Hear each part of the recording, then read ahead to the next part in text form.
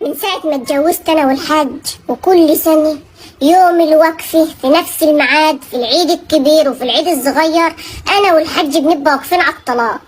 ما تعرفوا إيه اللي بيحصل في اليوم دي؟ واقفين لبعض على الوحدة، قاعدين لبعض على القعدة، بنبقى واقفين على الطلاق، واقفين كده يعني. جايز مثلا عشان كده يا ولاد سموها الوقفة، قصدهم عشان الست بتبقى واقفة الجوز على الطلاق عايزة تتطلق يعني احنا لو لقينا مأذون في ساعتها تخلص في وقتها.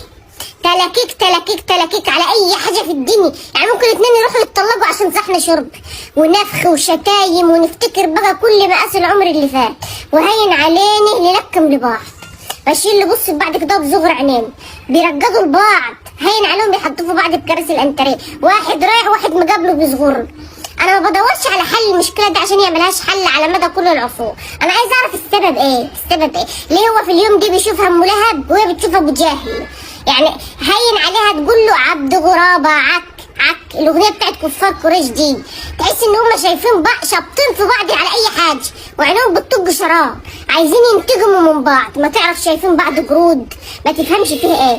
ربنا بقى يعدي الوقفه ديت على خير ويهدوا كده ويقعدوا، عشان ايه؟ احنا عايزين نعيد ماشي. دعاء بقى لزوجك في يوم الوقفه عشان ايه؟ يعدي على خير، عشان ايه؟ احنا مش عايزين عرايك ومش عايزين نشبط في بعض، فانت تدعي لجوزك كده وربنا يبارك ان شاء الله. اللهم اهديه وحنن قلبه علليه، اللهم هدي زعبيبه ولا تشمت فينا غريبه ولا قريبه ولا عدو ولا حبيبه. اللهم ارحمنا من سماع الشتايم والزغر والنفخ والهبد والرزع والترغيب والترهيب والتهديد والتشليت والبوكس واللكاكيب. اللهم ان عبدتك المسكينه واقفه طول الشهر في المطبخ عايزه تعيد وهي سعيده، من غير منك لله يا بعيده، ولا حتفي ولا شتمه ولا تنهيده ولا تهديده.